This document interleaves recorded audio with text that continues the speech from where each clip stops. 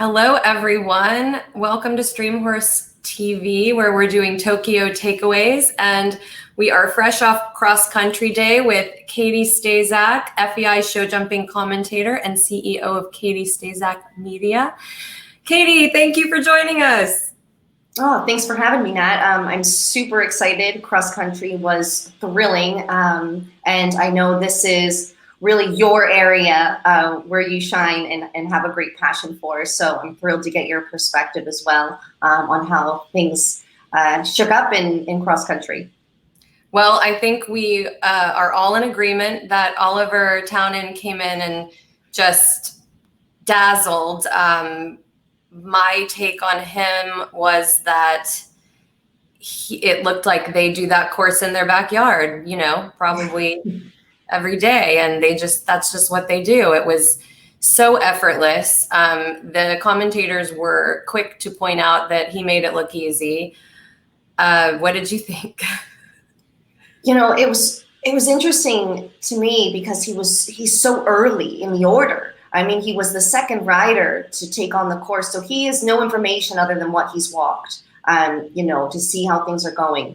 And what marveled me was, at first there was an unfortunate fall from the first rider on course, so then he becomes the pathfinder. He goes out and comes in 5 seconds under what was kind of unanimously referred to as a very tight time allowed. He just cruised. It looked so easy for him, and it was just a bit jaw-dropping.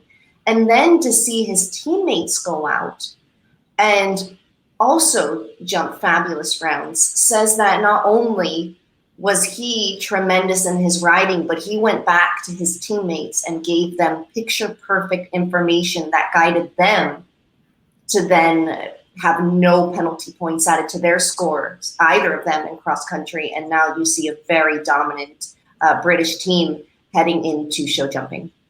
Yes, he was definitely the highlight, but his two teammates, Laura, who is sitting in bronze medal position right now individually, and then Tom McEwen, their horses were just full of run, full of oomph, just ready to go. They were on fire. It was really something, all three of them. And I don't think that was a joke. They have put in the work clearly.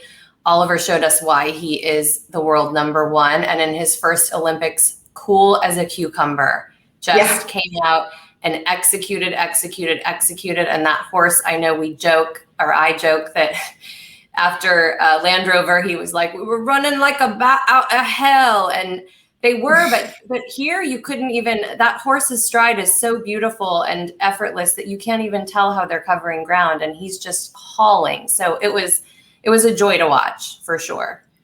Had I not seen him kind of punch his fist into the air, crossing the finish, I would have thought that he thought that was no big deal at all, because it was like they barely broke a sweat. And, you know, it was a very taxing course with a lot of turns. It required a big physical effort from the horses. You had to be very accurate, and it was a tight time allowed. So it was no easy feat at all, but he certainly made it look like it was. Yes, and I'm just going to pull up quickly my screen here just so we can see this beautiful photo, courtesy of FEI. But I mean, he was just, all the little twists and turns, they were just so mechanical, and just, again, it looked like they'd ridden it before, which is just unheard of. I mean, he barely balked at anything. So let's talk about some of the other teams and individuals and how they did. So we have Australia put in great rounds, again, highlighted by the veteran 8-time Olympian Andrew Hoy, and New Zealand's knocking. Germany had some problems. Do you want to talk about that a little bit? Well, you know, the big headliner is that, well, where on earth is Michael Young? He is not leading. And he unfortunately incurred those 11 penalty points because he knocked down one of the frangibles on course. I believe it was at obstacle 14, which was a little bit of a bogey fence on course. they did petition that, but it was denied. So he does hold on to those penalty points. He has slipped from the lead to 10. It's hard to envision Oliver Townend without a gold medal tomorrow. But of course, Michael Young is going to, put in a good show jumping round, as he does, and be competitive. But I think the big thing is with those points, when no drop score, you now see Germany sliding all the way down from 2nd to 6th place on the team leaderboard. And I think you're really seeing the impact of no drop score in this new format in eventing. And you will certainly see the same thing in show jumping. I think a little bit more than what we saw in dressage. And it's unfortunate for Germany. They're such precisionists in all equestrian disciplines. I feel like frangibles, personally, I've had to come to terms with them. They are a safety component that was unanimously voted in alongside in 2008 the disqualification if a rider or horse falls. I might be wrong there. The horse fall might have already been a DQ, but riders used to be able to get back on in cross country, and right around when that stopped, the frangible technology was brought into play, and it seems it's so good for safety, but it's such a bummer for someone to knock it down when on other fences, horses can drag a leg or straddle it and slide over it. And as we see in water jumps quite often. And if you hang on and you're between the flags and you don't break it, it counts. But if you pull one that's a frangible, you're penalized drastically. And so to see someone like Michael Young, the 2-time reigning gold medalist in individual eventing, who came back and was in first place, is really a bummer. And then Sandra Ofarth, who is usually, again, just poised and precise. She, I believe, had a run out. So we have Julia from their team in silver medal position, but Germany must be disappointed. And then Australia and New Zealand, who are always really strong, of course, are right there. I think when we're talking about impact of the format changes, Sweden was the first team in Olympic history to substitute someone in mid-competition, which the new rules allow. But they take a 20-point hit to do that, and then they had a fall. So I'm not sure. I guess they're still technically in the competition, but they've fallen way down. Yeah, they are, I believe, 14th of 15 teams at the moment in Sweden. They certainly had a lot of penalty points added to that score yesterday. I think it's worth noting Julia sitting in silver medal position is actually the one that developed Michael Young's horse, Chipmunk, from a 4-year-old and then sold him. And that horse is sensational and competing well, and she still is in silver medal position with another horse. So what a talented horsewoman in Julia, having another star on her hands. Very, very cool. Yes, absolutely. And I think her horse that she has here was her second horse, because with the year delay, she had retired her top horse, if I'm remembering correctly. So just, real disappointment for the Germans, who have a really strong team, and hopefully we'll see what they do individually if their team chances don't improve in the jumping phase. The course really, Philip Dutton did the breakdown for us, and he had flagged fence 14 and fence 18. They were problematic. He gave us an update after cross country. I want to play it and then talk about how we feel about the format changes and how the course rode for those new countries who were competing and eventing for their first Olympics. So I'll play the clip now. The cross-country course was a little unique and unusual to what we're used to. There's a lot of turning, a lot of accelerating away, a lot of sharp climbs and then descents. And so it was a horse that had to carry himself and be able to negotiate it all easily. But overall, it was a pretty good day for the sport. There was a couple of injuries, unfortunately, but I think it was a lot of great riding out there as well. And like I said, hopefully tomorrow we can pick it up again, and we'll have some good jumping by the US horses and be in contention. Yes. So did you think the course seemed a little less menacing than in past Olympics, but maybe a little more technical, a little more, like he said, that's what I kind of thought watching it, that it really felt like a course where you had to be able to bring your horse back to you and get your horse together. Well, this course was a little bit unique for a few reasons. After test events, they actually shortened the course from 10 minutes to eight and a half, about 8 minutes. And so it was very unique in that way. There were a lot of jumps in quick succession, a lot of jumps put together. But there were a lot of options. There was a lot of strategy involved here. And the more direct route was definitely technical. And you saw some issues come up for those that tried that route with an eye on making that tight time allowed. While those that kind of went the less direct route, they actually had more jumps. So it was a bit more physically taxing, though less technical in the way that they were set. So there were a lot of options there. I think the course ended up maybe playing a little bit easier than what the riders kind of built it up to be, but the time was very much a factor. It was a very tight time. I think you saw the average person that jumped, around without jumping penalties ended up about 5 seconds over that time that was set. So I thought it was a beautiful course. I thought it was a good course. I thought the majority came out of it well. I think, with frangibles, with the new format, with all the elements, everyone is playing by the same rules. So it is a level playing field. Safety and the welfare of horse and rider are always of paramount importance, first importance. And with this new format, in terms of having no drop score, it's meant to not only welcome more nations to be able to compete, but also to make it easier to understand for fans. And my hat is off to Team USA, because those 3 riders, they came in a little bit behind the 8 ball after dressage, and none of them had jumping penalties. They all had a couple of time penalties, but they were so consistent, they were strong, they moved up to 5th position, and hopefully they can continue to improve upon that in show jumping. But I thought those guys were so strong, so reliable and consistent, and they got the job done. So that was very great to see. Yes. Well summarized.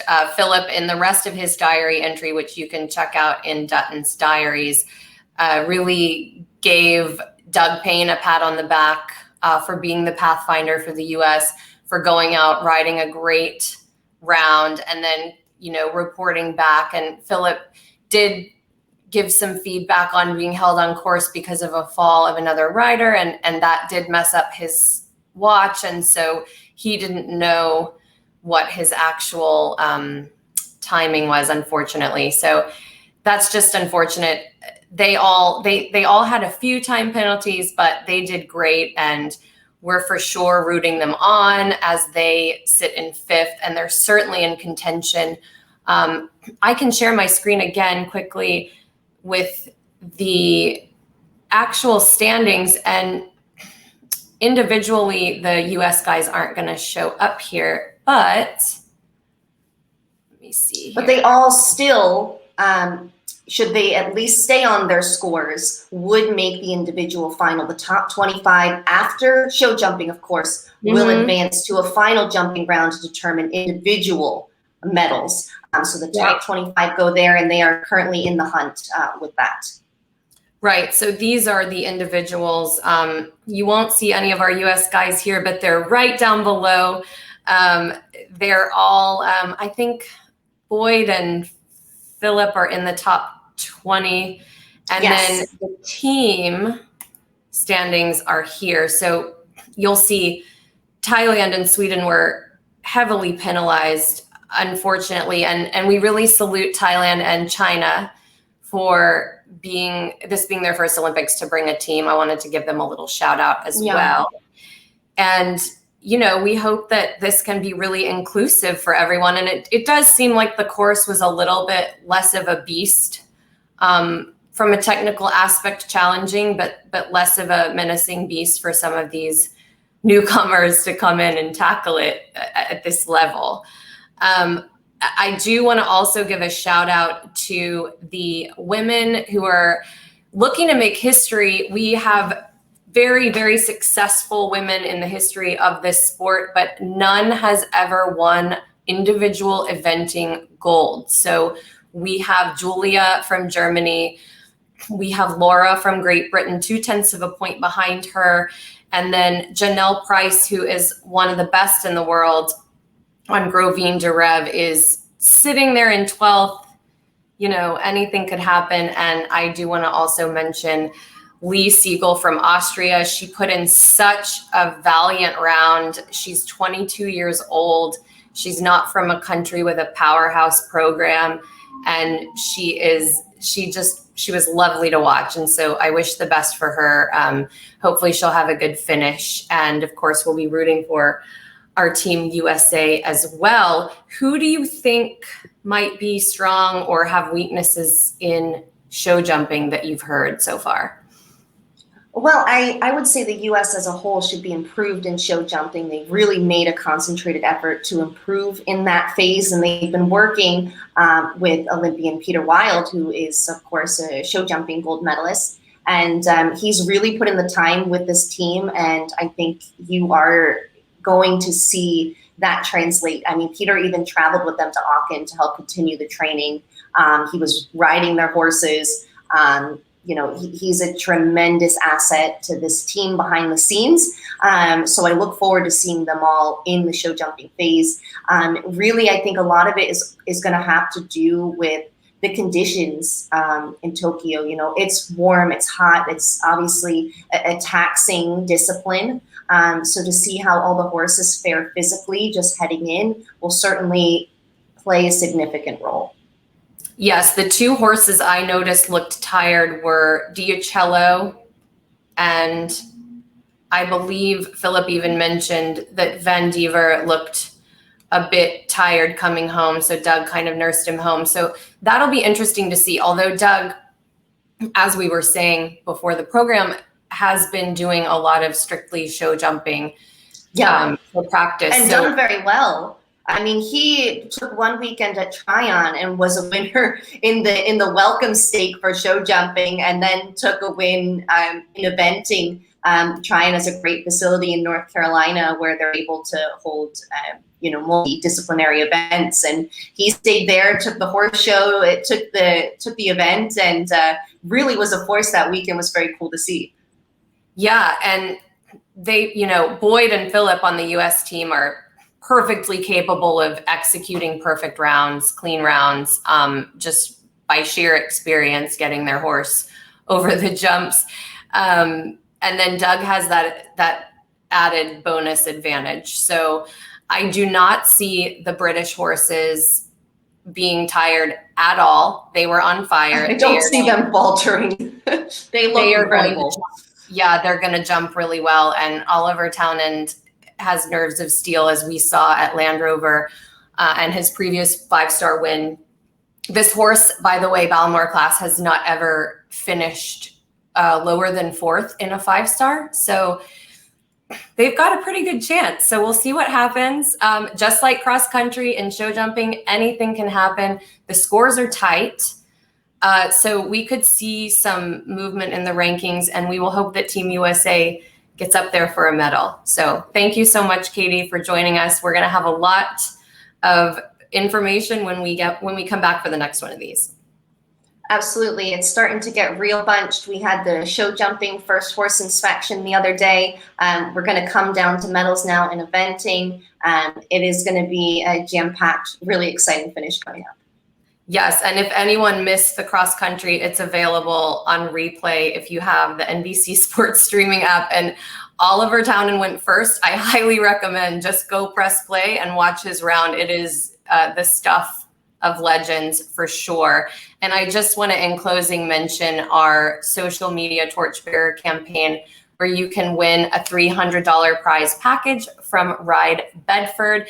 And what everyone's doing with this is posting photos of their favorite Olympian or them with their favorite Olympian, and then tagging people who you would choose for your fantasy Olympic team if you could make your own Olympic team. So we encourage everybody to join in on StreamHorseTV's Instagram, and also follow us on Facebook, Twitter, and YouTube. We appreciate it so much, Catie, that you've joined us for this. It's so much fun, and looking forward to the next one.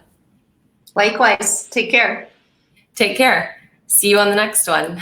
Bye, everybody.